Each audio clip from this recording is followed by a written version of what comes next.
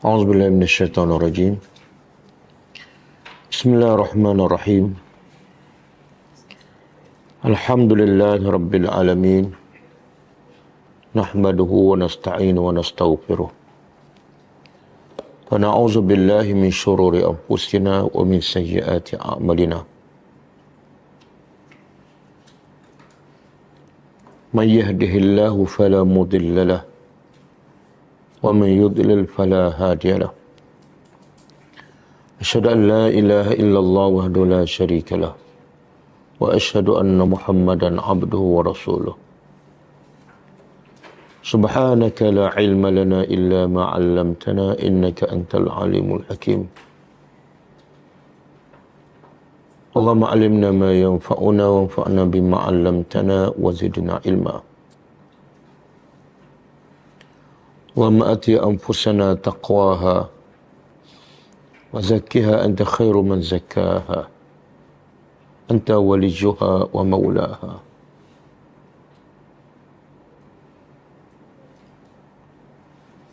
Rabbi yassir wa la tu'assir, Rabbi tammim bil khair. Amma ba'du. InsyaAllah hari ini kita sambung tadabbur surah Al-A'raf ayat 109.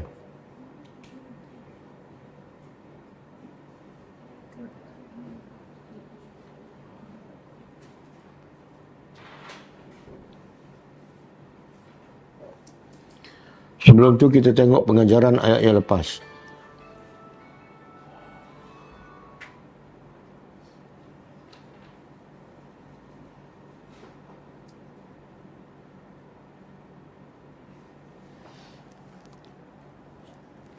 Ayat yang lepas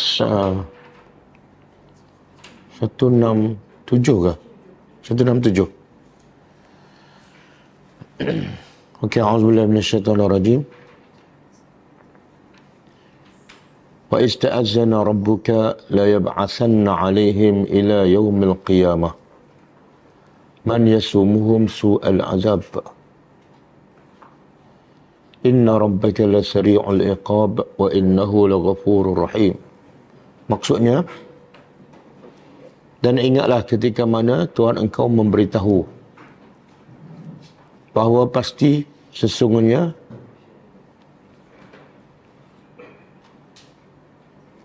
Dia akan bangkitkan manusia sehingga hari kiamat.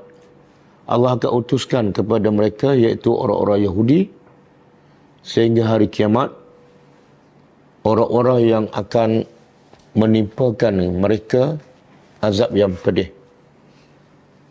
Sesungguhnya Tuhan engkau maha cepat, maha segera balasannya, dan sesungguhnya Dia maha pengampun lagi maha penyayang. Pengajarannya, pertama, antara balasan Allah kepada mereka yang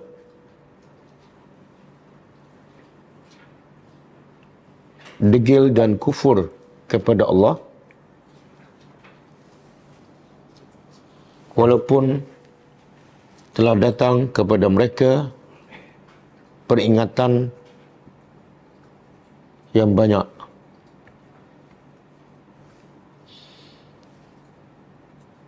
Iaitu kehidupan mereka di dunia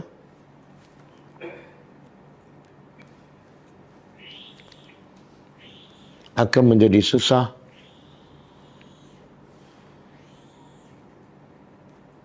dan sentiasa dalam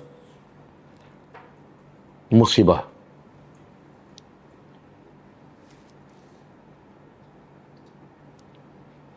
Sebagaimana kehidupan orang-orang Yahudi pada hari ini.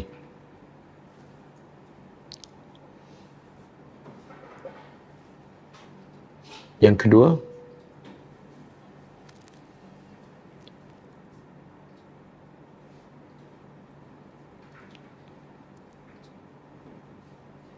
azab Allah dan balasannya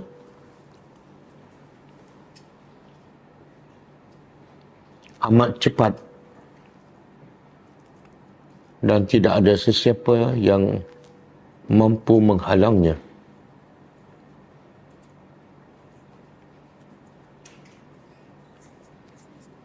Yang ketiga,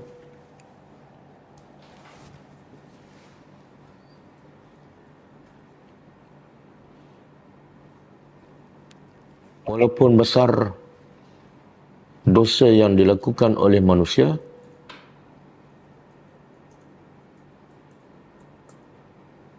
tetapi Allah tetap bersifat Maha Pengampun lagi Maha Penyayang bagi sesiapa yang bertaubat kepadanya.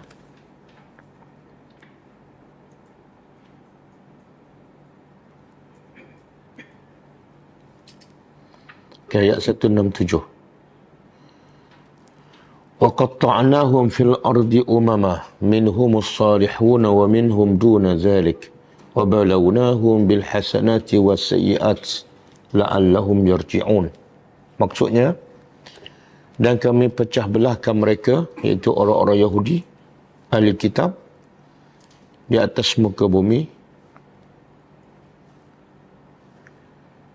Ada sebahagian mereka yang soleh, yang beriman, dan ada sebahagian mereka yang tidak beriman. Dan kami uji mereka dengan kebaikan dan dengan keburukan. Moga-moga mereka kembali. Pengajarannya,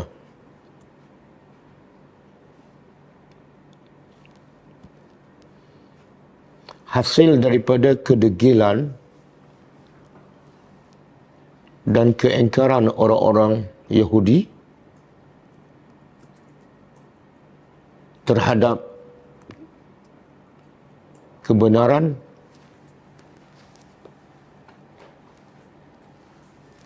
maka Allah menjadikan mereka berpecah belah dan merata di seluruh dunia.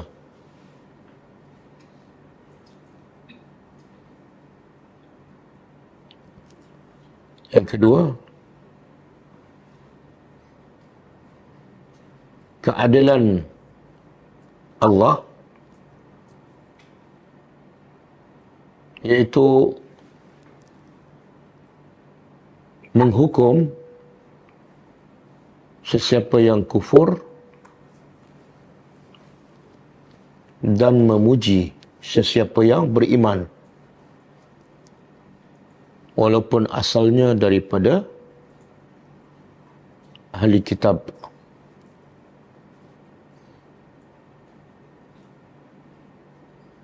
Yang ketiga,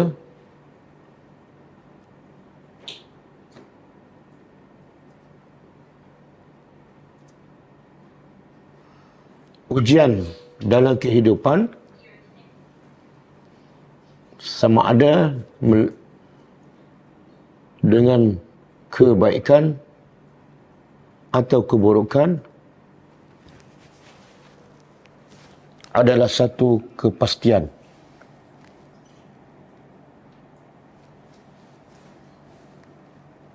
Dan hikmahnya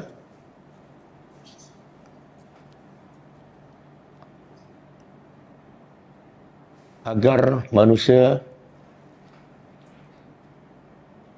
diberi peluang untuk bertaubat dan kembali kepada Allah.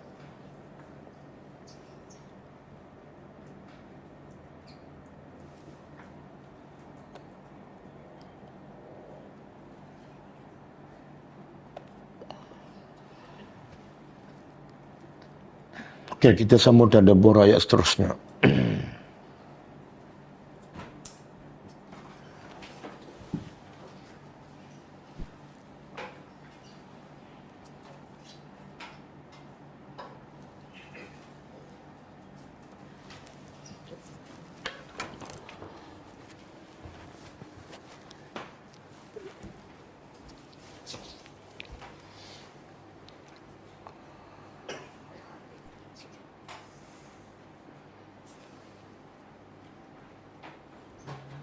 Okey, ayat hari ini 169 kaitan dengan ayat yang lepas.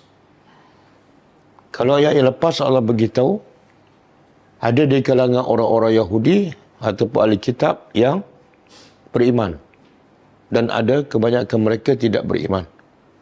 Minhumus salihun wa minhum duna zalik. Okey. Jadi soalan dia, selepas itu apa berlaku? Ada segelintir yang beriman, kemudian sebahagian besarnya kufur. Selepas itu apa berlaku? Jawapannya ayat hari ini. Jawapannya ayat hari ini. A'udzubillahi minasyaitonirrajim. Fakhalafa. Lalu khalafa. Mereka gantikan.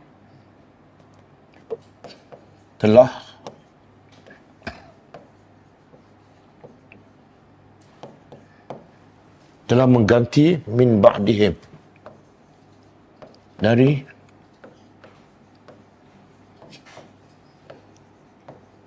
selepas mereka.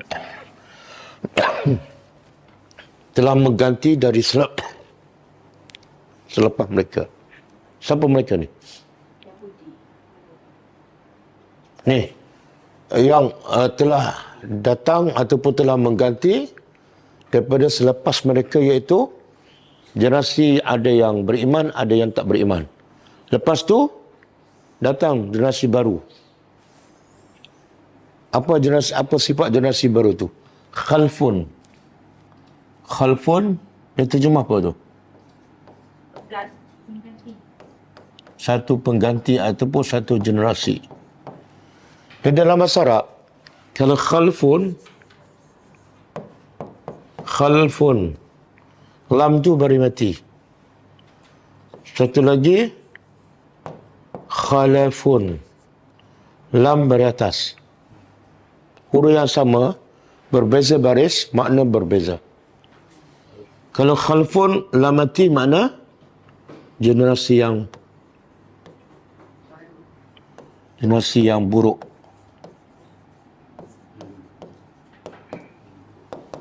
Kalau khalafun, generasi yang baik.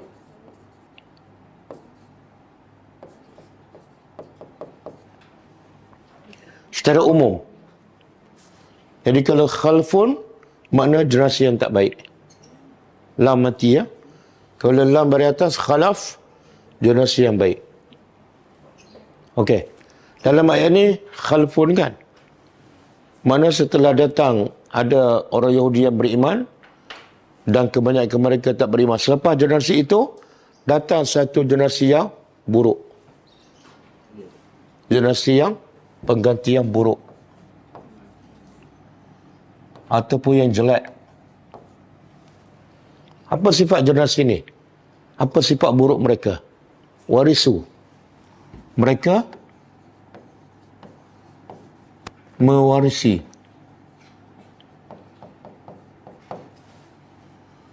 Mereka mewarisi kitab.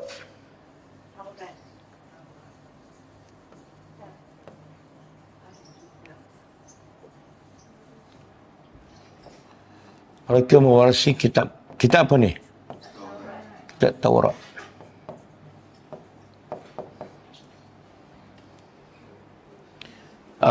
Kenapa Allah guna perkataan mewarisi? Ada ahli tafsir mengatakan mewarisi ni makna dia dapat dengan mudah. Kan biasa harta yang diwarisi oleh anak-anak, dia dapat dengan mudah kan dengan susah? Yang dapat dengan susah siapa? Mak bapak dia orang. Bila mak bapak dia orang mati, anak tu senang-senang je dapat. Okey?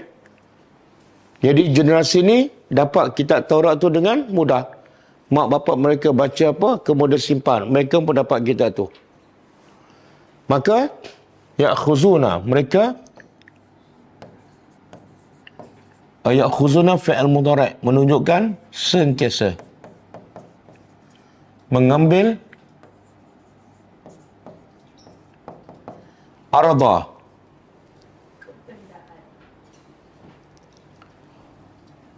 kembedaan ataupun kepentingan. Sifat kemudahan ini ialah yang adna.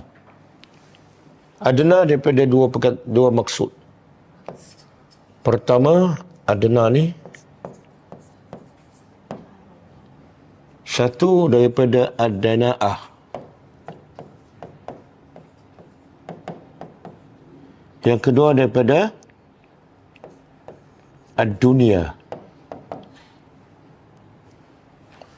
Kalau adna daripada dana'ah mana hina. Ini makna hina. Sesuatu yang hina. Kalau adna daripada dunia, makna dia yang dekat.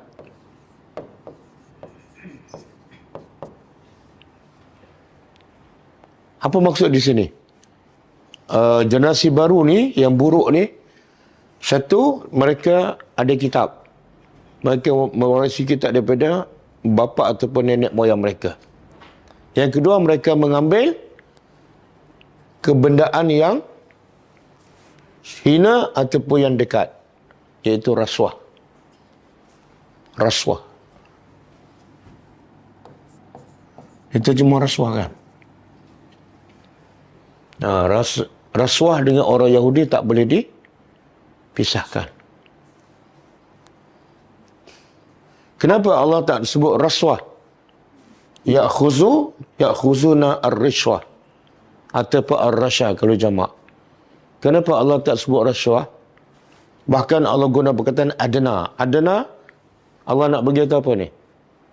Benda yang paling hina. Benda yang paling dekat. Mudah dapat. Tapi dia adalah hina. Yang mana satu? Dua-dua betul. Bahkan sebenarnya semua dunia ni adalah hina.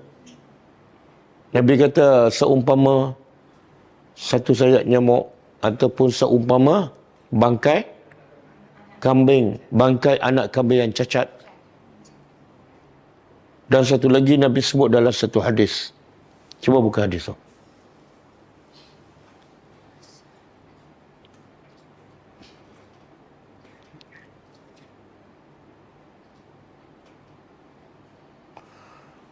Okey. Wa anil Mustawrid, daripada al-Mustawrid bin Shaddad radhiyallahu anhu, seorang sahabat Nabi yang bernama Mustawrid bin Shaddad.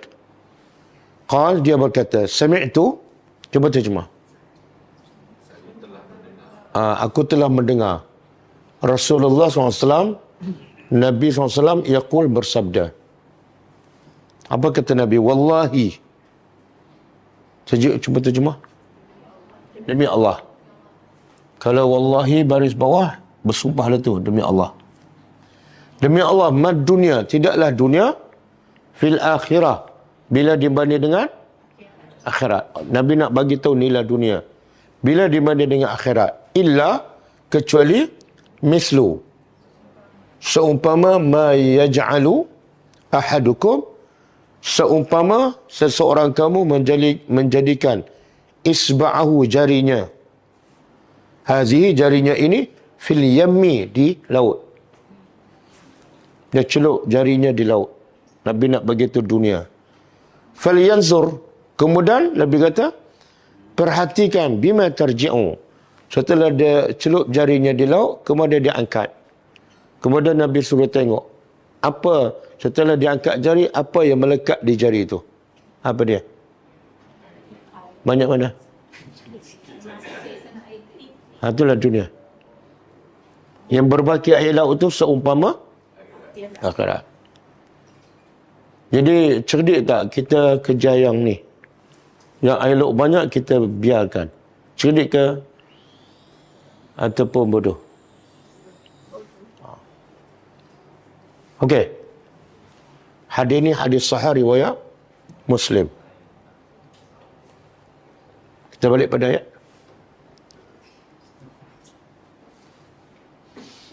Okey.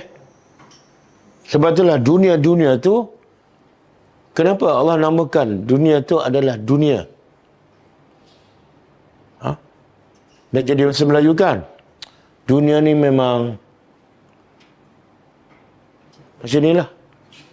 Sebenarnya dunia tu bahasa Arab. Dalam Quran, Allah namakan dunia tu adalah dunia sebab satu dia hina, yang kedua dia dekat, iaitu bersifat sementara. Adapun akhirat dinamakan akhirat sebab apa? Sebab ada di akhir dan tidak ada penghujung. Kalau kita faham istilah tu, makna dunia dan makna akhirat, kita dah tak selera dengan dunia. Bila tu? Bila kita nampak akhirat. Yang duk pulun nak dapat dunia sebab apa? Dalam kepala dia tak nampak akhirat. Siapa yang ada ilmu tentang akhirat, dunia ni baginya tak ada apa, tak ada nilai pun. Okey? Sebab itulah ini Allah nak cerita ni. Orang apa ni? Yahudi, dia tak nampak akhirat. Walaupun mereka ada kitab tak? Ada kitab tak? Ni? Mereka mewarisi kitab. Tapi mereka mengambil rasuah. Bercanggah tak dengan apa yang mereka baca dalam kitab? Jadi apa yang Allah nak beritahu ni? Mewarisi kitab, ambil rasuah. Apa yang Allah nak beritahu? Sia-sia lah. Bukan.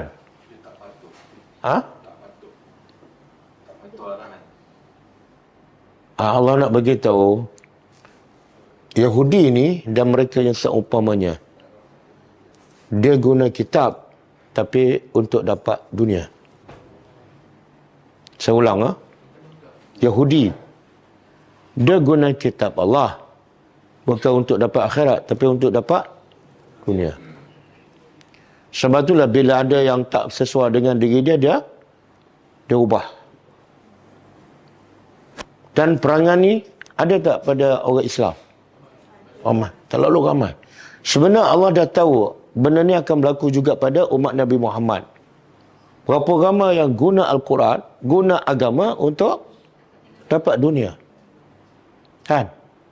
Kadang-kadang kita tengok orang buat kelas Quran kan. View dia 1000. Tengok-tengok dia semakin kaya. Dulu miskin kan? Ada bersama dengan orang Yahudi. Guna agama untuk kekayaan diri. Sepatutnya dia guna Quran, guna agama untuk apa? Untuk selamatkan orang walaupun dia susah. Betul? Sebab itulah Nabi dan sahabat guna agama untuk selamatkan orang. Akhirnya Nabi dan sahabat semakin senang hidup ke semakin susah? Itu tanda dia guna agama kerana Allah. Hidup mereka ni semakin susah. Kena halau, kena maki. Duit pula habis. Khadijah akhirnya mula-mula kaya kan? Tapi bila dia guna harta untuk agama, apa jadi kesudahannya? Miskin. Sekarang dah terbalik kan? Mula miskin. Lepas tu bila gunakan agama, jadi kaya raya. Yang miskin apa? Pelajar tu.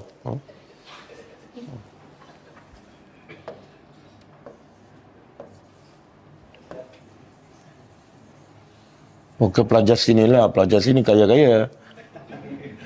Pelajar kat kampung. Okey, kemudian tengok perangai Yahudi ni. Wa yaquluna, dan mereka, ingat Allah tak akan guna perkataan, mereka mesti ada maknanya. Kadang-kadang tempat tu Allah guna fi'il madhi. Kadang-kadang Allah guna fi'il mudhari'.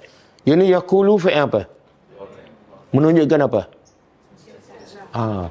Yang ini ya'khuzuna, mereka sentiasa ambil rasuah, bukan bermusim, sepanjang masa. Lepas ambil rasuah, mereka pula sentiasa berkata,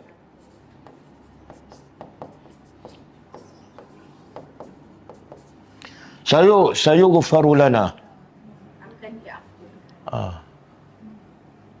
akan diampunkan lana, bagi kami. Maksud apa ni? Alah, ambil je rasuah. Lepas ni Allah ampun. Allah kan maha penyayang. Taubat apa dipanggil?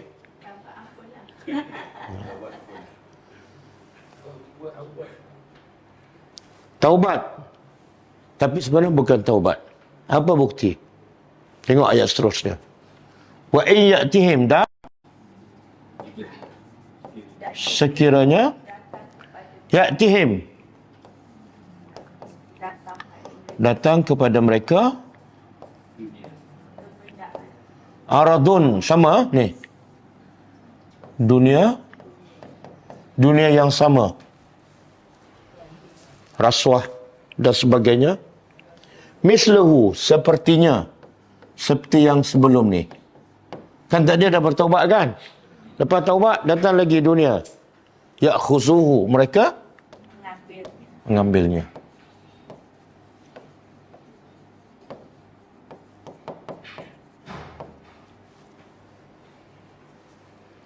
Boleh faham? Jadi orang Yahudi ni dia kata, kami ambil rasuah, tapi kami akan diampunkan. Adakah itu taubat?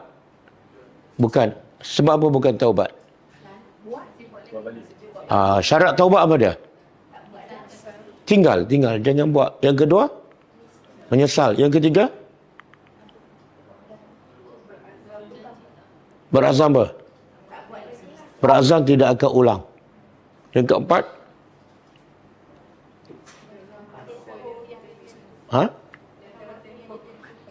dalam tempoh apa? Tak clear. Ni selama ni kalau tak cukup syarat tak bertaubat ni. Yang keempat apa dia? Ikhlas kerana Allah. Ada orang dah tinggal dah menyesal dah berazam dah, tapi bukan kerana Allah. Sebab apa? Kerja tak ada, duit tak ada, dia pun bertaubat. Yang kelima,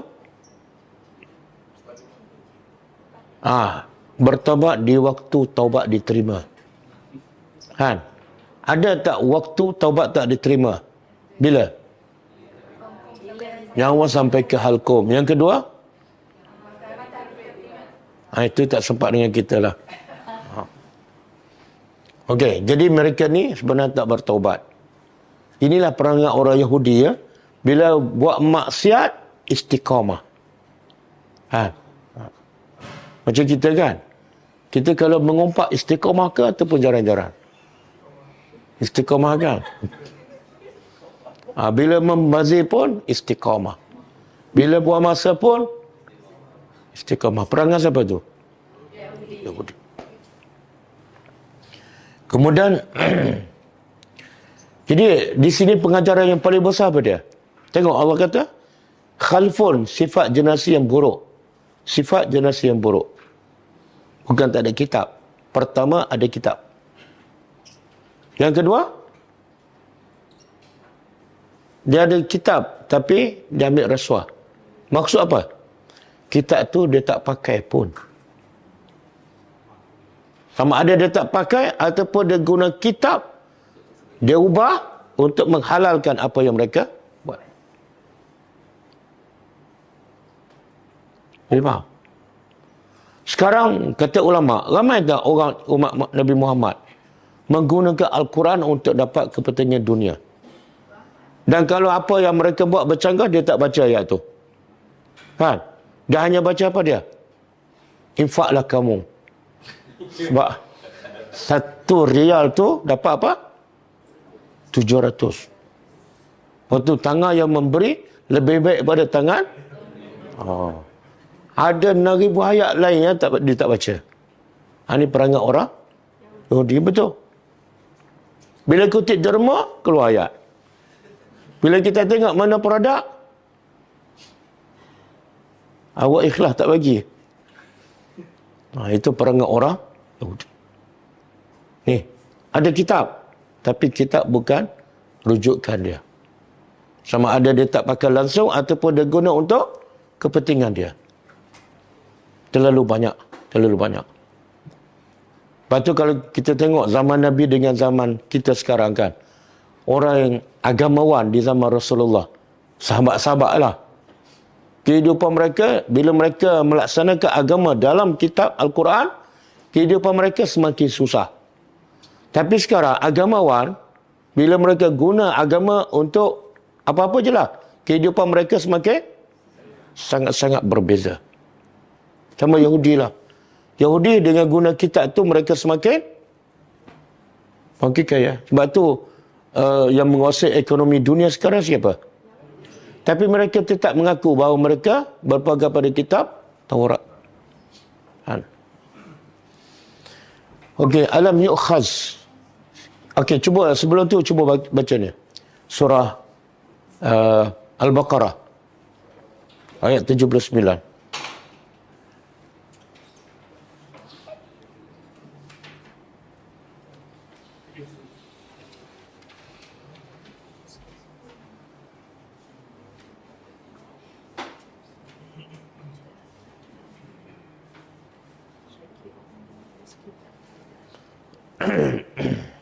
Okey. Tengok Allah nak cela. Bila Allah cela Yahudi ke Nasara ke sebenarnya apa hikmahnya? Allah nak bagi peringatan kepada siapa? Pada kita lah. Sebab ada persamaan. Yahudi ada kitab. Kita ada kitab. Tapi Yahudi tak pakai kitab dia. Dan benda ni akan berlaku pada umat Islam. Baca tapi tak ikut. Muslim dia sampai Muslim buat musabaqah Al-Quran. Yang penganjur musabaqah Al-Quran kadang-kadang terlibat dengan saya tak cakap fawailun. Maka celakalah lillazina, kepada orang yang yaktubuna, menulis kitab. Ini orang Yahudi. Dia tulis kitab. Maksud dia ada kitab tapi dia tulis. Maksud apa tu? Dia ubah. Yaktubuna al-kitab bi'aidihim, dengan tangan mereka sendiri, bukan tangan orang lain. Semua kemudian yaquluna, mereka berkata haza min indillah, yang dia tulis ni ialah daripada Allah, padahal daripada dia. Untuk apa ni? Ini tujuan dia. Yashtaru bihi samanan qalila, untuk mereka menjual dengannya, membeli untuk mereka membeli dengannya ni ialah apa yang mereka ubah. Mereka tulis, mereka kata itu daripada Allah, kemudian yang mereka tulis itu untuk mereka membeli apa? Samanan qalila. Apa makna samanan qalila? Samanan harga, qalilan sedikit. Apa dia? Dunia. Tengok Allah sifat. Kalau kita tak ada pun perkataan yang Allah guna pun, kita dah tak lalu dengan dunia. Allah kata dunia tadi hina. Yang ni pula harga yang. Jadi Allah nak kita berfikir, kenapa kamu nak kerja benda yang murah, nilainya kecil. Mana kamu dia tak ada akal. Yang aku nak bagi yang kekal, rehat, bahagia selama-lama. Tapi yang kamu kerja sama nak tak guna otak ke? Okey. Fawailun, maka celakalah bagi mereka mimma katabat aidihim. Satu celaka disebabkan apa yang mereka tulis. Mereka ubah, lepas tu mereka kata dari sisi Allah. Yang kedua, dua kali celaka. Satu fawailun, satu celaka sebab apa yang mereka tulis. Yang kedua celaka bagi mereka mimma yaksibun, dari apa yang mereka hasil yang mereka dapat. Jadi berapa kali dosa? Satu, dosa ubah. Yang kedua, dosa hasil itu semua hasilnya haram. Tengok, dia dapat hasil dunia, sumbernya apa? Kitab. Dia guna kitab.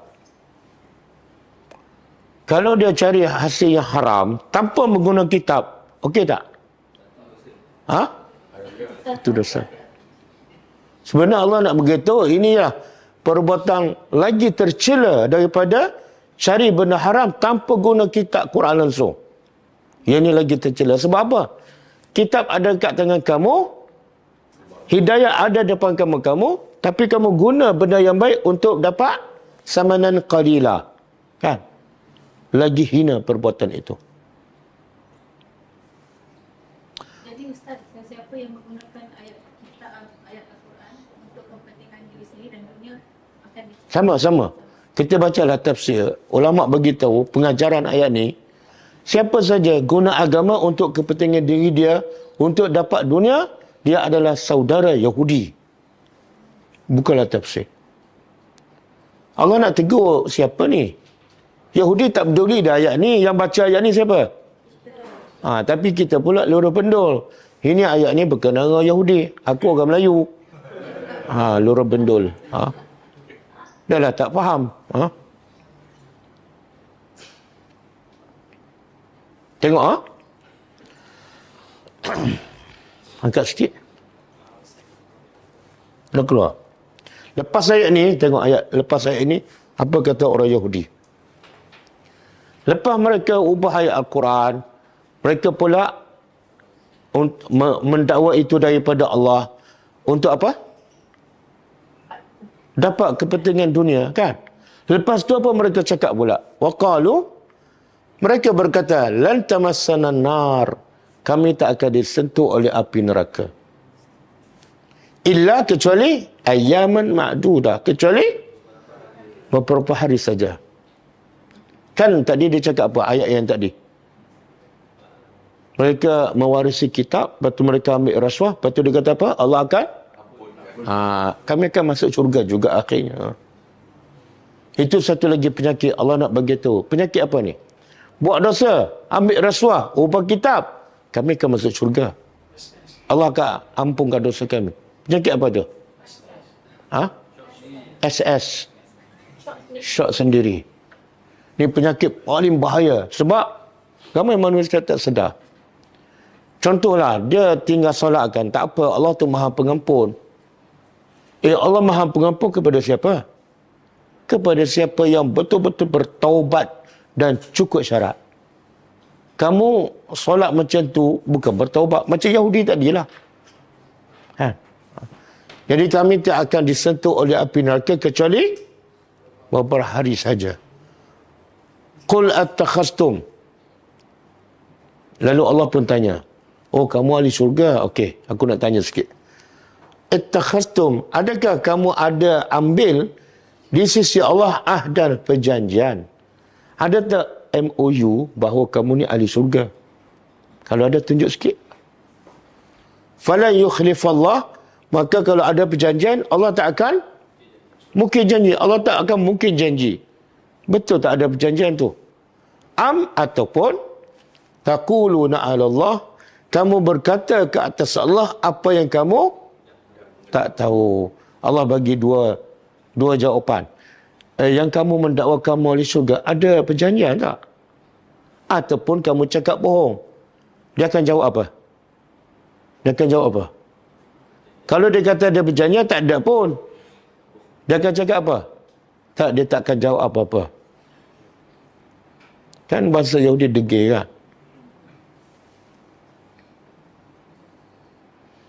Sebab itulah, perangai orang tak beriman, orang munafik kan? Dia bila dia buat ibadat sikit, dia syok sendiri. Dia rasa selamat je kan? Sebab tu dia tak berubah. Sebab tu dia tak tambah ibadat. Sebab penyakit syok sendiri. Sebaliknya orang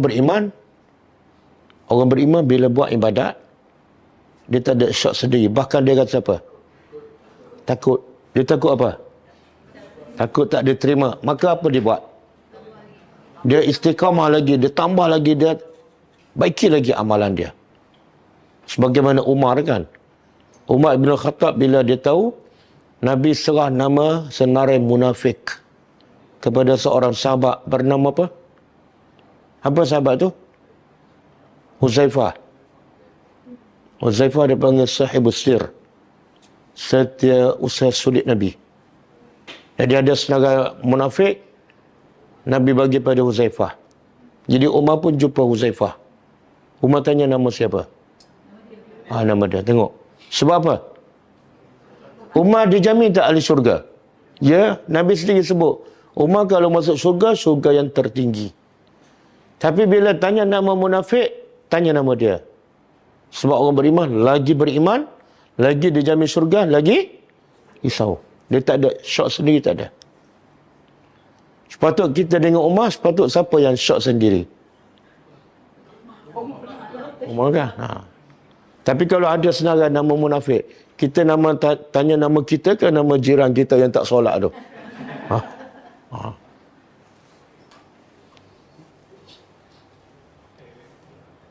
Okey, kita balik pada ayat kita. Alam yu'khas. Bukankah yu'khas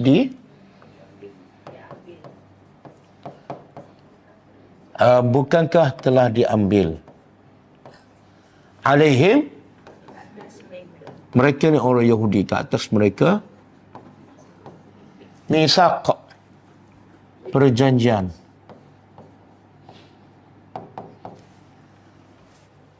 Alkitab, perjanjian dalam kitab Taurat. Apa perjanjian tu? Antara perjanjian yang tertulis dalam kitab Taurat ialah alla yaqulu, bahawa mereka tidak akan berkata Allah, ke atas Allah, kecuali al-haq, yang benar. Bila mereka mengambil rasuah, lepas tu mereka dakwa Allah keampunkan, maka Allah tanya, Allah nak sedarkan mereka, bukankah ada perjanjian antara Allah dengan orang Yahudi dalam kitab Taurat? Apa perjanjian? Iaitu dalam kitab itu menyebut jangan cakap tentang Allah kecuali benda yang benar. Tapi kamu dah ubah, kemudian kamu kata itu daripada Allah, kamu cakap bohong. Makna perjanjian dalam kitab kamu tidak. Poin dia apa? Apa dalam kitab mereka, mereka tak ikut. Kemudian wadarasu, dan darasu apa dia? Darasu ni makna alimu. Mereka belajar, mereka faham, mereka tahu. Mereka belajar, mereka tahu. Ma fihi, apa yang? Dalam apa ni? Apa maksudnya? Apa yang Allah nak bagi tahu?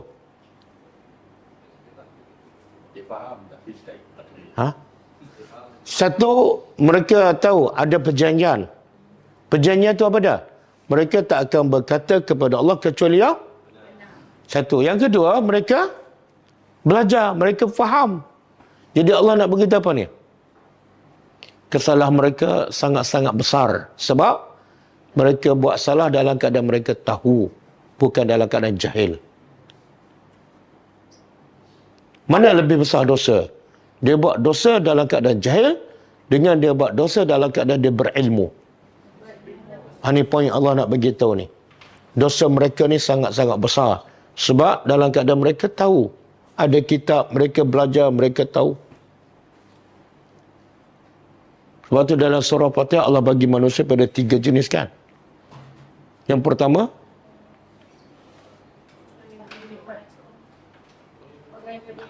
siapa tu? Orang yang Allah bagi nikmat pada mereka siapa? Tapi sifat utama mereka ialah mereka yang diberi ilmu dan beramal dengan ilmu. Itu an'amta alaihim. Yang kedua? Siapa tu yang Allah murka? Ada ilmu tapi Allah sangat murka. Yang ketiga? Waladhdallin. Siapa tu? Yang tak berilmu.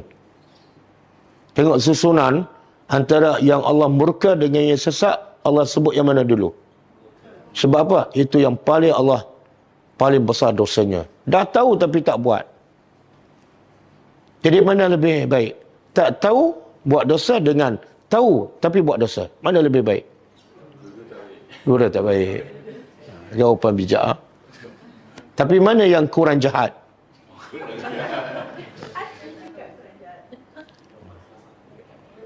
Orang beriman kan minta ihdinas siratal mustaqim. Tunjuklah kami jalan yang lurus. Dia tak tahu jalan yang lurus. Jalan yang lurus apa dia? Kamu kena belajar dan kamu kena buat apa yang kamu Kamu belajar pun tak. Bila tak belajar, masuk apa? Ad-dhalin. Sebab kamu tak faham apa yang kamu baca dalam Fatihah, sebenarnya kamu nak menjadi orang ad-dhalin. Sebab jahil. Ustaz, saya dah belajar tapi tak buat je.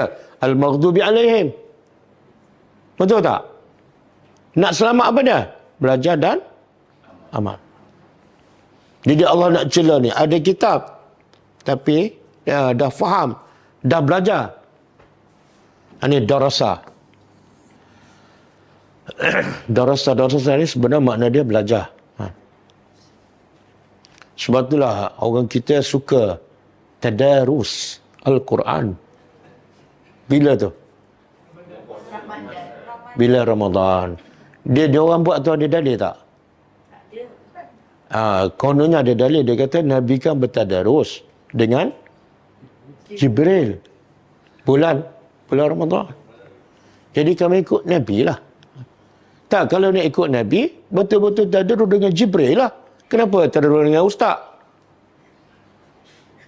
Nabi ada tadarus tak dengan sahabat? Tak ada. Kalau itu sunnah Nabi, sahabat-sahabat ada tak tadarus sesama mereka? Tak ada. Mana apa? Itu bukan sunnah Nabi. Itu Jibril datang khas untuk Nabi. Sebab apa? Sebab Nabi tak boleh membaca dan tak boleh menulis. Bila Nabi tak boleh baca, Nabi nak ingat balik apa yang diingat, kena ada orang baca. Kita kalau kita tak ingat apa yang kita dah ingat, kita boleh buka Quran, baca. Boleh faham? Yang kedua, Nabi tadarus dengan Jibril. Dalam keadaan Nabi faham ke Nabi tak faham? Yang kamu 10 tahun dah tadarus, tak faham lagi. Ikut sunnah Nabi. Berkenaan dengan orang yang berilmu dan dia tak amalkan apa yang belajar, tapi permulaan tu dia dah salah faham ilmu dia. Maksudnya dia salah memahami. Contoh? Contoh dia tahu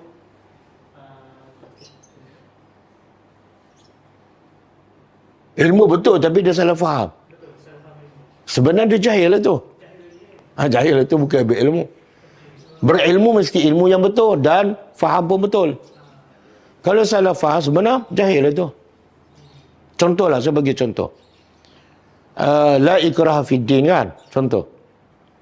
Tidak ada paksaan dalam agama. Ada orang salah faham. Dia kata apa? Tak boleh paksa orang Islam laksanakan apa yang Allah perintah. Jadi contoh mak bapak tak boleh nak paksa anak solat. Dalilnya la ikraha fid din. Itu salah faham. Itu sebenarnya jahil. Yang tidak boleh paksa ni siapa? Orang kafir tak boleh paksa masuk Islam. Tapi kalau kamu orang Islam, anak kamu orang Islam, wajib kamu paksa dia solat, tutup aurat dan sebagainya. Okey. Wa darasu ma fihi. Okey, darasu ni ada dua makna. Darasa. Satu makna dia alima. Yang kedua makna dia inmaha. Tengok bahasa Arab kan. Kadang-kadang satu perkataan ada dua makna. Kadang-kadang 10 makna. Kadang-kadang 20 makna. Kekayaan bahasa Arab. Darasa satu makna dia alima. Kalau alima di sini makna apa? Mereka belajar dan mereka tahu. Okey. Kalau darasa makna immaha, padam. Padam. Makna apa? Kalau makna padam, mereka ada perjanjian dengan Allah tapi mereka padam. Yang mana satu betul? Dua-dua betul. Bila dia tahu tapi dia tak beramal, seolah dia padam maklumat tu daripada kehidupannya. Boleh faham?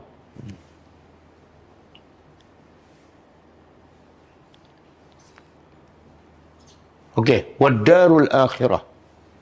Tengok Allah nak menyedarkan manusia yang tertipu dengan dunia dan darah pada negeri. Sebab tu di Malaysia setiap negeri ada dar kan. Kalau Selangor Darul, kalau Perak Darul Ridwan, kalau Johor Takzim, kalau Negeri Sembilan ada kan Darul Khusus. Darul khusus. Kalau Kelantan? Kalau Penang? Penang tak ada. Perlis? Tak ada. Indera Kayangan. Dan negeri, dalam banyak-banyak negeri yang paling kuat iman, Terengganu. Sebab ada Darul Iman. Okey. Allah kata wadar dan negeri akhirat. Negeri akhirat. Yang kamu duk tamak dunia sampai kamu guna kitab, sampai kamu ambil rasuah. Aku nak beritahu. Negeri akhirat. Oh di sini kan. Negeri akhirat khairun. Lebih baik. Lillazina yattaqun. Negeri akhirat ni terbaik, tapi bukan untuk semua orang. Bukan semua orang faham. Bukan semua orang yakin. Yang faham dan yakin siapa? Orang-orang yang bertakwa kepada Allah. Apa makna takwa? Orang yang takut melakukan maksiat. Kenapa dia takut melakukan maksiat? Sebab dia kenal Allah. Dia tahu azab Allah sangat pedih. Dan kalau dia taat perintah Allah, dia dapat jauh lebih baik yang dia dapat di dunia. Maka orang ni akan dapat ad-darul akhirah. Afala ta'qilun? Maka tidakkah? Saya dah sebut, kita dah belajar beberapa kali, saya bagi tahu. Ni dia panggil apa? Bukan alif lah, hamzah. Hamzah. Huruf istifham. Apa makna istifham? Soalan. Bila soalan dalam Quran, soalan sama dengan Melayu lah. Kenapa? Bagaimana? Apa khabar kan? Jadi soalan dalam bahasa Arab ada dua maksud. Pertama, bahasa Arab. Hakiki, hakikat. Hakiki. Soalan betul-betul nak tanya, betul-betul nak jawapan. Kenapa tak datang semalam? Itu betul-betul nak tanya. Yang kedua soalan majazi. Apa makna majazi? Lawan hakiki. Bukan nak jawapan, tapi nak sindir, nak perli, nak kutuk, nak tegaskan. Ini soalan apa ni? Apakah? Maka tidak mereka berakal, berfikir. Soalan untuk apa ni? Majazi pula banyak sebab. Ini untuk apa? Nak mencela. Cela apa ni? Bukan Yahudi je. Mereka-mereka yang sama waktu dengan Yahudi ni. Sifat. Allah bukan nak cela bangsa, Allah nak cela sifat. Apa sifat yang tercela? Iaitu benda yang kecil, yang tak ada nilai, dia kejar habis-habisan. Benda yang kekal bahagia, dia lupa. Ini orang tak ada akal. Kalau saya tawarkan kerja dengan saya, gaji RM10 sebulan. Kerja dengan kawan tu gaji RM100,000. Tiba-tiba semua berebut kerja dengan saya. Ada akal ke tak ada? Adakah kita ada? Tak ada kan? Itu antara RM10 dengan RM100,000. Tapi yang Allah tawarkan apa dia? Kerja dengan Allah. Jadi hamba Allah, berapa gajinya? Surga kekal abadi. Kerja dengan manusia, berapa gaji? RM10,000, RM20,000. Tapi samanan qalilah. Lepas tu, kamu mati, tinggal semua, masuk api neraka. Tak ada akal ke? Tak ada akal ke?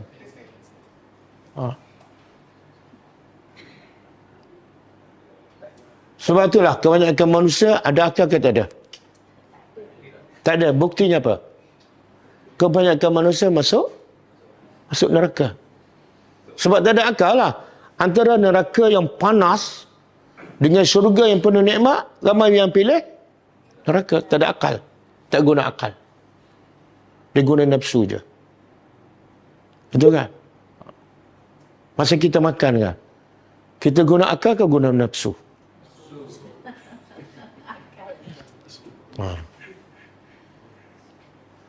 Kalau guna nafsu, kita ambil apa? Banyak. Tak peduli dah orang belakang. Kalau guna akal, kalau akal ambil banyak ni membazir. Kalau membazir, saudara syaitan. Buat apa? Makan, lepas tu jadi dapat abang angkat syaitan. Dia pun ambil sikit. Guna akal. Okey? Habis dah?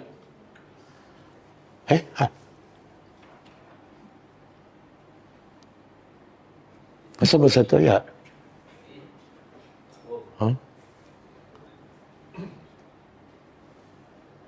Okey. Kemudian, adakah semua manusia, Yahudi ke umat Nabi Muhammad ke, adakah semua ada kitab, lepas tu salah guna kitab dan buat maksiat? Adakah semua macam tu? Tak. Ini bahagian yang Allah puji. Tadi Allah cela yang tak berakal. Yang ni Allah puji pula. Wallazina. Dan orang-orang yang yumassikuna. Mereka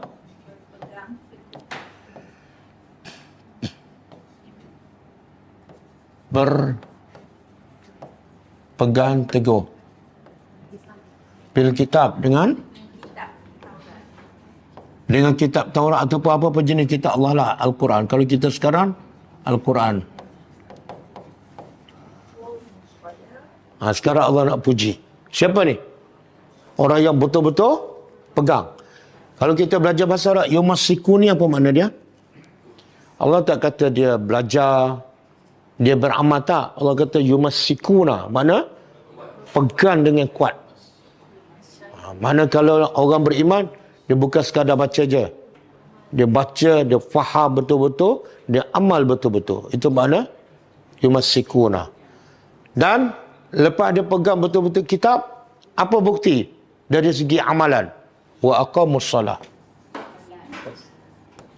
Mereka mendirikan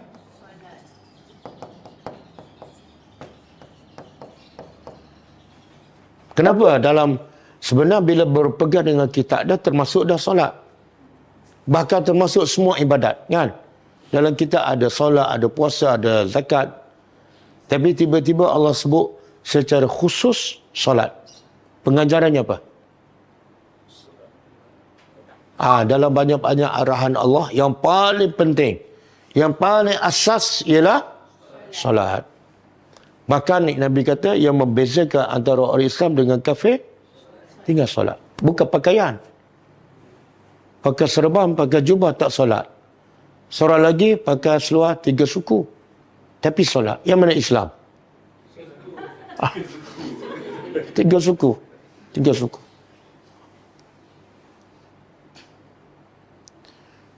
Jadi, dan amalan yang pertama akan disoal di akhirat besok. Solat.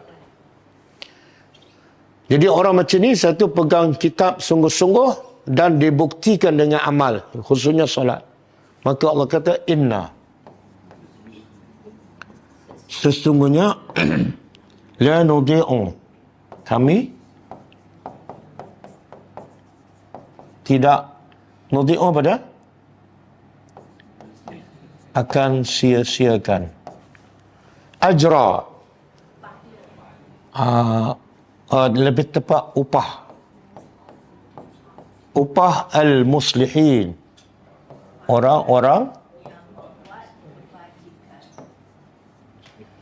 tengok muslimin, kita ada perkataan salih, salihun, dan ada satu lagi muslih. Apa beza? Kalau soleh apa mana? Dia baik diri dia je. Dia solat, dia puasa, dia pergi haji, dia bayar zakat. Tapi dia kebaikannya tak melimpah pada orang. Kalau muslih, dia baik dan dia buat baik pada orang. Allah guna yang mana ni? Jadi yang terpuji ialah yang muslihin. Kenapa? Allah tak sebut soleh. Sebab soleh ni ada pentingkan diri. Islam kena rahmatan lil alamin. Sebab itulah bila tengok orang tak berilmu, kita kena bimbing dia. Tengok orang tak salat, kita kena tegur dia. Itu makna muslih. Okey. Jadi Allah kata apa ni? Siapa yang pegang pada betul-betul kitab Allah, yang kedua dia taat, dia salat, apa hadiahnya? Apa habuannya?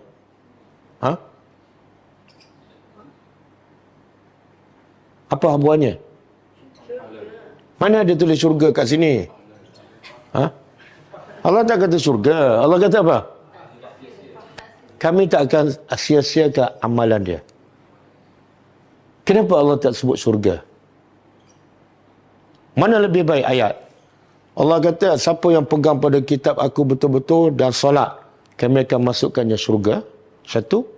Yang kedua, ayat kedua, siapa yang pegang pada kitab aku betul-betul dan mendirikan solat, semua amalannya, walaupun kecil mana, aku takkan sia-sia. Yang mana lebih menggembirakan kita? Kenapa? Apa dah?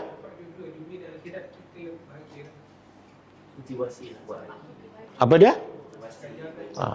Sebenarnya Allah nak bagi motivasi ni. Apa saja kamu buat, aku takkan sia-sia. Maka bila kita faham, kita akan buat apa? Kita akan buat, tak akan buang masa, walaupun kecil. Contoh, kita tengok masuk masjid kan, tengok selipar terbalik. Kita perlu ingat ayat ni. Allah takkan sia-sia. Kita perlu letak. Betul? Tapi kalau Allah kata, kami akan balas syurga, kita syok sendiri. Aku dah solat, dah puasa. Betul tak? Tengok, tadabbur Al-Quran. Bila kita jumpa orang, nak senyum tak nak? Nak senyum tak nak? Ingat ayat ni. Senyum, Allah takkan sia-siakan. Betul? Sampai orang tanya, kenapa asyik senyum macam ni? Sebab saya baru tadabbur surah Al-A'raf ayat 170. Betul? Betul? Ramai orang fokus ibadat apa dah benda besar aja. Solat, puasa, haji, sedekah kan. Tapi yang kecil-kecil ni, jumpa tak senyum, jumpa tak bagi salam. Allah tak akan sia-siakan. Jadi ayat ni bagi motivasi supaya jangan sia-siakan walaupun satu saat. Kadang-kadang kita masuk masjid kan, jumpa benang. Kutip. Dapat pahala tak? Dapat pahala. Apa dalil? Sekarang bolehlah tunjuk kat masjid, nak tunjuk apa? Ingatlah surah apa kan? Surah Al-A'raf 170.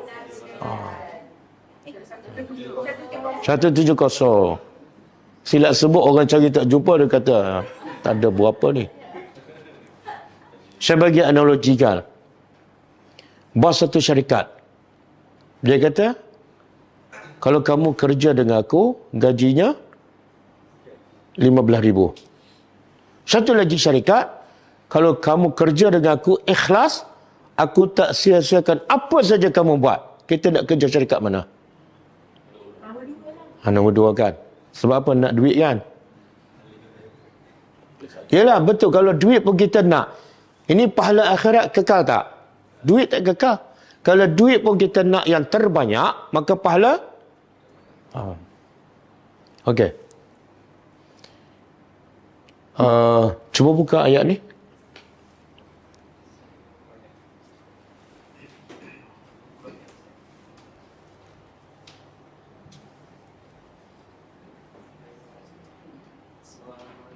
Okey. Ini contoh, saya nak bagi contoh. Tadi kita ada jumpa perkataan khalfun. Ada? Ada kan? Apa makna khalfun? Tak ingat ada. Belum keluar kelas, dah tak ingat ada. Apa dah?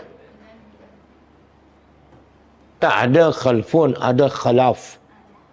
Apa beza khalfun dengan khalaf? Yang baik apa dia? Khalaf. Ya, kalau khalfun? Okey. Ada contoh lain dalam Quran. Perkataan khalfun menunjukkan generasi yang tak baik ataupun buruk.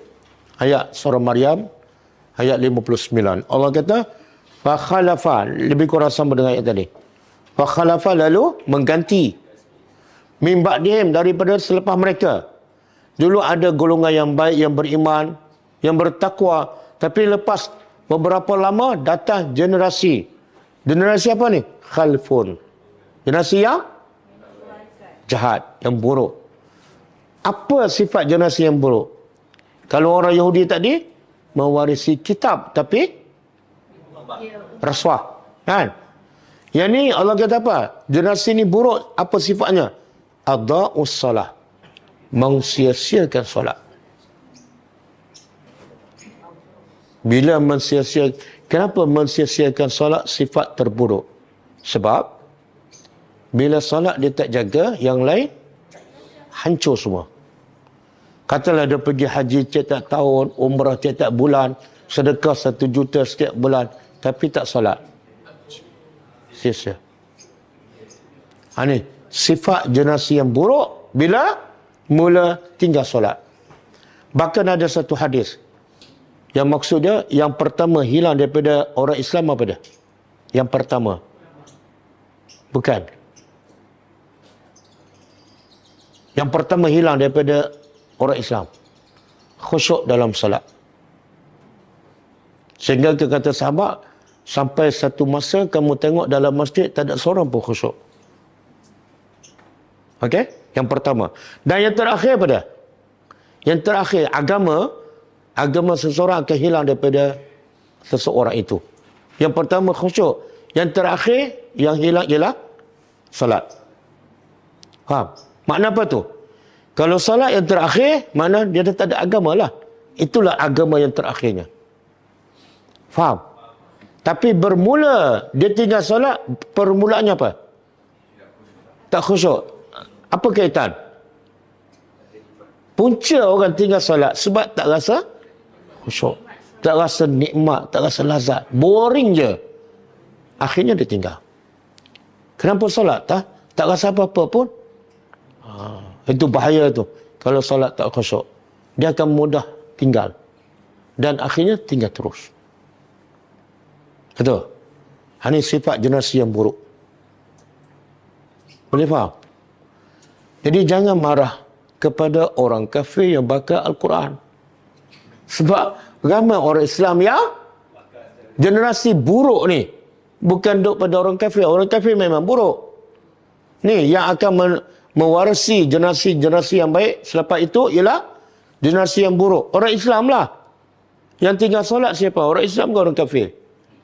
Orang Islam lah. Orang kafir daripada awal tak solat. Kemudian, bila mula tinggal solat, wattaba'u 100% ikut nafsu. Tanyalah anak-anak kita solat, yang tak solat tu. Bila dia nak bercakap, bila nak buat apa, tanya, apa panduan dia? Confirm nafsu. Dan akibatnya apa? Fasawfa yalqawna ghayya. Kesudahannya mereka akan dicampak ke dalam ghayya. Ghayya ada ahli tafsir mengatakan satu nama neraka. Tengok. Bermula apa? Kalau hadis tu mula khusyuk. Yang kedua, solat. Kesudahannya apa dia? Ghayya. Yang ketiga ikut nafsu. Ittiba'u asyahawat.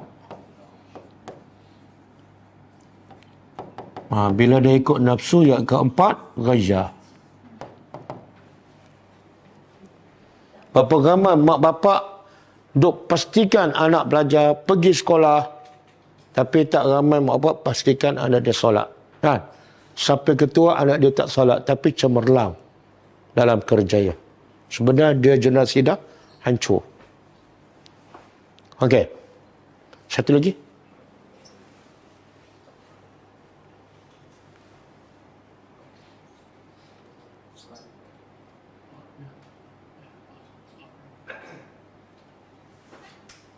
Okey. Ini perjanjian antara Allah dengan Manusia. manusia yang diberi kitab. Sama ada Yahudi ataupun umat Nabi Muhammad. Apa perjanjiannya? Wa iza khazallah. Ingatlah ketika mana Allah mengambil misak. Apa tadi misak? Perjanjian. Dengan siapa? Allazina utul kitab. Dengan orang yang diberi kitab. Yahudi diberi kitab. Nasrani diberi kitab. Umat Nabi Muhammad pun apa perjanjiannya? La tubayyinunnahu. Pasti kamu akan jelaskan. Kamu akan jelaskan, terangkan kepada manusia apa yang dalam kitab. Itu perjanjian. Batu ulama kata siapa yang mengaku Islam, mengaku Quran kitab dia ada perjanjian. Apa dia perjanjian? Dia kena terangkan semua dalam kitab. Macam mana nak terang kalau tak faham? Maka wajib tak faham. Wajib faham. Lepas tu Allah kata wala taktumunau, dan jangan kamu sembunyikan. Ada juga orang terangkan tapi ada beberapa ayat dia sembunyi. Terangkan semua, jangan sembunyi satu pun. Fanabazuhu, tapi akhirnya mereka campak perjanjian tu wara'a zuhurin, di belakang mereka. Ada kitab, baca kitab, tapi apa perjanjian dalam kitab Al-Quran mereka abaikan. Washtarau, kenapa mereka tolak perjanjian tu? Washtarau, untuk membeli dengannya samanan. Mereka tak cerita semua dalam Quran. Ada benda dia sembunyikan untuk dapat. Boleh. Kita tengoklah penceramah kan. Kadang-kadang 1.5 jam. Berapa ayat dia baca? Sedangkan masyarakat kita sangat-sangat jahil pasal Al-Quran. Tapi ceramah sekian lama, sekian ramai penceramah, tapi ayat Quran tak difahamkan. Yang difahamkan apa dia? Last kali, saya ada jual kismis dan juga madu yang telah dibaca ayat Quran. 30 juzuk. 30 malam. Paling-paling kurang yang paling murah baca juzuk 30 saja. Okey. Ini? Oh, tak ada. Dah tak ada kan? Okey. Okey, dah.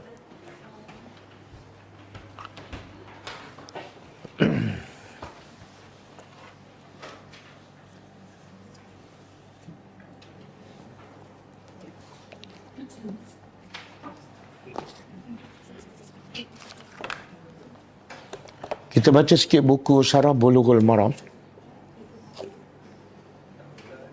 Kitabus Salah.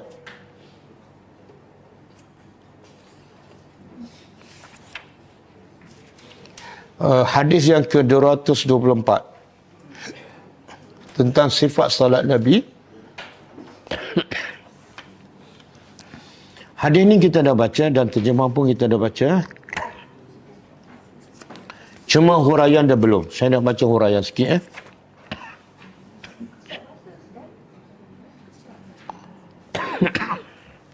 Muka surat 152. Siapa yang ada buku boleh buka. Muka surat 152. Fiqhul hadis. Kata penulis, hadis ini menjelaskan secara terperinci cara beberapa perbuatan rukun dan sunat dalam solat, iaitu cara mengangkat tangan semasa bertakbiratul ihram, cara rukuk, sujud dan tasyahud awal dan akhir. Takbiratul ihram iaitu lafaz Allahu Akbar adalah salah satu rukun solat. Sebut Allahu Akbar di permulaan solat adalah rukun. Kalau tak sebut, batal solat.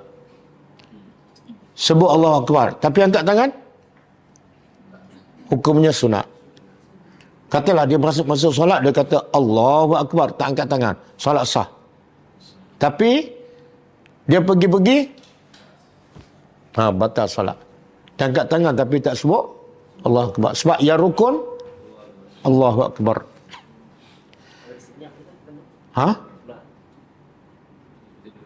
Dia yang penting dia sebut. Kuat ataupun perlahan itu tak penting. Sebut tu sebutlah. Bukan mesti orang dengar, tapi mesti sebut dengan jelas. Allahu Akbar. Kalau bibir pun tak bergerak tu makna dia tak sebutlah. Soalannya, kenapa Allahu Akbar? Nak mula salat, kenapa Allahu Akbar? Kenapa tak subhanallah, alhamdulillah, kan? Ataupun la ilaha illallah. Sebab kita dah serahkan Allah yang besar. Serah pada Allah. kita memulakan penyerahan kita pada La ilaha illallah pun okey. La ilaha illallah okey kan? Apa makna dia? Tiada Tuhan selain Allah. Tiada Tuhan melainkan Engkau, ya Allah. Kenapa tidak la ilaha illallah? La ilaha illallah kan? Kenapa? Apa dah? Allah yang besar. Allahu Akbar. Dia punca. Yang besar Allah, yang lain pun dah kecil Allah. Kenapa? Kenapa masa nak mula takbir itu dia sebut Allahu Akbar? Untuk apa? Untuk membesarkan Allah. Ya, kenapa untuk besarkan Allah? Yang lain kita kecil ni dah lain. Sebab punca orang solat tak khusyuk, puncanya ialah dalam kepala dia duk fikir dunia. Makna dunia lebih besar daripada Allah. Punca, betul tak? Tengah-tengah solat ingat pasal kenduri. Kenduri lebih besar lah. Jadi Allah suruh kita sebut Allahu Akbar. Penghayatan perkataan maksud Allahu Akbar ialah, ingat kamu nak salat ni. Bila nak salat kamu nak sembah siapa? Allah yang maha besar. Kalau kamu semua Allah maha besar, jangan ingat apa-apa lagi selain pada Allah. Jangan ingat Allahu Akbar. Start Allahu Akbar je. Bawang sekilo. Awang sekilo. Telur nak cari kat mana? Susah sekarang ni. Lepas tu naik bas pergi Johor. Daripada Johor pergi Kelantan. Bagi salam, elok-elok sampai KL balik. Kan? Faham tak? Memang kebanyakan orang salat sebut je dia berpura-pura, ataupun orang kata lebih tepat bersifat munafik. Mulut puji Allah tapi fikiran tak ada pun. Ada yang lain lebih besar daripada Allah. Sebab tu masa sebut Allahu Akbar, kita kena bayangkan apa? Masa sebut Allahu Akbar. Nampak Allah. Allah yang Ha? Seperti kita Bayang makna Allahu Akbar lah. Ya Allah. Allahu Akbar, Engkau saja maha besar. Yang lain, anak, isteri, keluarga, rumah, kereta, kerja, semua kecil. Jadi selepas takbir Allahu Akbar, kena praktiskan apa yang kita sebut. Tapi ada setengah orang, masa dia sebut Allahu Akbar, dia tak bayar langsung makna Allahu Akbar. Tapi dia kata apa? Allahu Akbar, saja aku salat zuhur. Sebut lain, makna lain pula. Betul tak? Sangat-sangat tak, nak kata apa? Tak praktikal. Cakap lain, bayang lain. atau diulang-ulang pula. Tak masuk. Waktu dia dipanjang Allah. Dia tak ada mak apa pun. Kamu belajar apa ni Allah sampai 6 harakat. Sebab apa? Dia nak susun saya. Tengok syaitan tipu. Syaitan tipu kan. Dalam perkataan Allahu Akbar, yang makna dia Allah Maha Besar. Dia tak bayang langsung. Saja aku solat zuhur 4 rakaat. Tunai ke qada? Tunai. Lepas tu kalau berjemaah makmuman, kerana 10 perkataan nak susun. Masa tu langsung dia tak bayangkan Allah sangat besar. Betul tak? Dan orang macam ni tak khusyuk solat. Macam mana kamu nak khusyuk? Allah suruh sebut Allah Akbar, kamu bayang benda lain. Kamu tak patuhi perintah Allah. Kalau Allah nak suruh kamu niat masa tu, Allah tak suruhlah kamu sebut Allah Akbar. Faham tak? Boleh faham ke? Pernah tak kita cakap pada isteri, goreng mi? Isteri pun goreng mi. Lepas goreng mi kita kata, kenapa goreng mi? Kan abang suruh goreng mi? Tak. Saya sebut goreng mi tapi maksud saya ialah nasi kerabu. Pelik tak? Cakap lain, bayangkan lain. Kalau manusia pun kita tak boleh terima, Tuhan, apa hal ni aku suruh sebut dan bayangkan Allah Maha Besar, kamu dah bayangkan? Sampai was-was, sampai mengganggu orang sebelah. Cuba fikirlah, wahai manusia. Kadang-kadang orang sebelah dah lah tak khusyuk, dengan kamu menjadikannya lagi Allah, Allah, Allah kan. Lepas tu kuat satu surau. Yang iman tak dengar pula, dia pula dengar takbir kuat. Kan?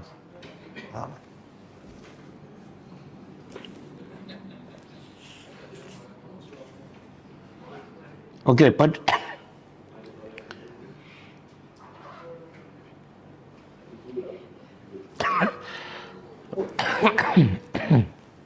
jadi soalan, habis nak niat macam mana?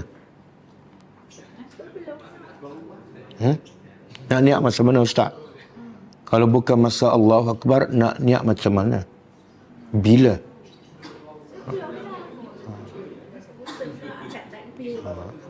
Sebenarnya sebelum kita angkat takbir, dah ada niat tak? Ha? Ada tak orang ambil wuduk, pergi masjid, nak angkat takbir, nak pergi ke bendang? Tak ada. Niat memang dah ada. Allah kata, وَمَا أُمِرُوا إِلَّا لِيَعْبُدُ اللَّهَ مُخْلِصِينَ. Allah bukan nak tengok niat, Allah nak tengok ikhlas ke tak. Niat confirm ada. Tak ada orang buat kerja, melainkan ada niat. Kecuali orang gila. Cuba tanya orang gila, masa dia kutip sampah, kutip makanan dalam tong sampah. Tanya dia, ada niat tak? Kita yang gila sebab tanya orang gila macam tu. Jadi semua orang buat apa-apa ada niat. Ya Allah nak tengok bukan ada niat ataupun tak ada. Ya Allah nak tengok kamu solat kerana apa ni? Boleh faham tak? Ramai orang duk sibuk nak pastikan niat masuk, tapi tak ikhlas. Subuh pukul 7.30, tapi niat tu clear. Satu rumah dengar. Ya.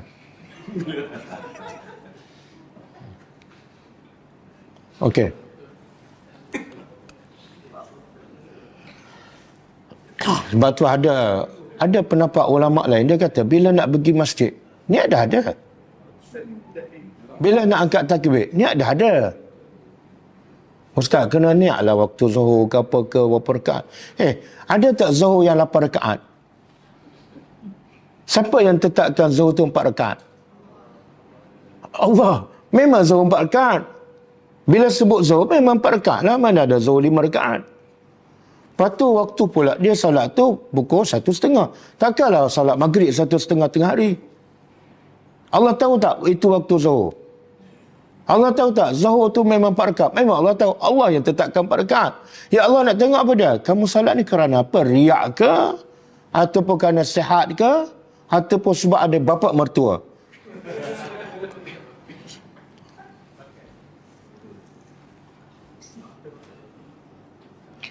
Ada satu hadis kan, sahabat bila dia pergi lewat orang rokok kan, dia pun rokok kat mana?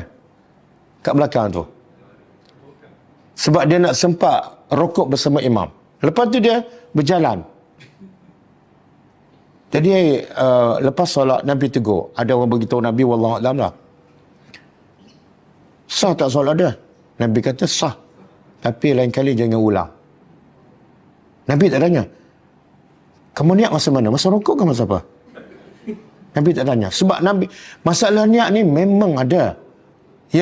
Yang Allah nak nilai bukan, dengar, yang Allah nak nilai bukan ada niat ataupun tak ada.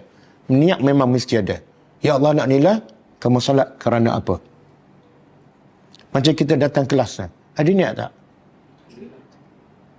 Ada niat tak? Oh Ustaz, saya terlupa nak niat tadi. Tak masuk akal kan? Okey. Ada niat kan? Bila mula niat?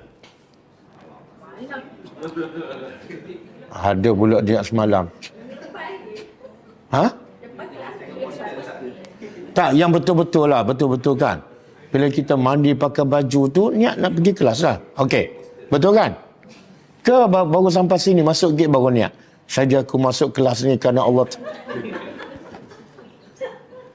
Kemudian yang ketiga, masa kita niat nak datang kelas, kita susun tak ayat?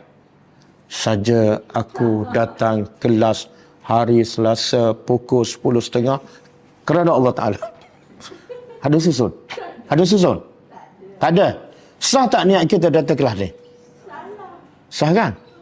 Pasal apa pula masa kelas dah apa saja nak buat, kita tak susun niat, sah pula. Masa solat kena susun pula niat. Pasal apa? Siapa yang tetapkan kena susun niat? Dia niat ni lintasan. Niat lintasan. Bukan bila kita kata saja, itu bukan niat. Itu susun lafaz niat. Masa nak pergi restoran kan? Mana ada? Saja aku pergi restoran mamak, pukul 5. Niat lintasan. Ya Allah nak tengok pada kamu makan ni kerana apa? Kamu datang kelas ni kerana apa? Betul-betul kerana Allah ataupun sebab apa? Boleh faham?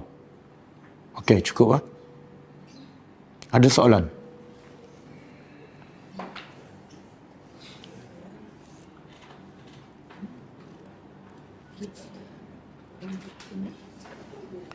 Tak ada soalan? Yang fizikal ni.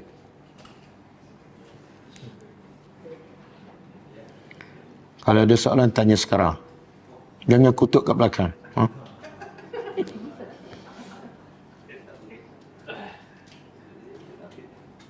Okey, kalau tak ada, kita tutup dengan baca tasbih kafarah. Subhanakallahumma wa bihamdika asyhadu an la ilaha illa anta astaghfiruka wa atubu ilaik. Assalamualaikum warahmatullahi wabarakatuh. InsyaAllah malam ni kita sambung kelas bahasa Arab.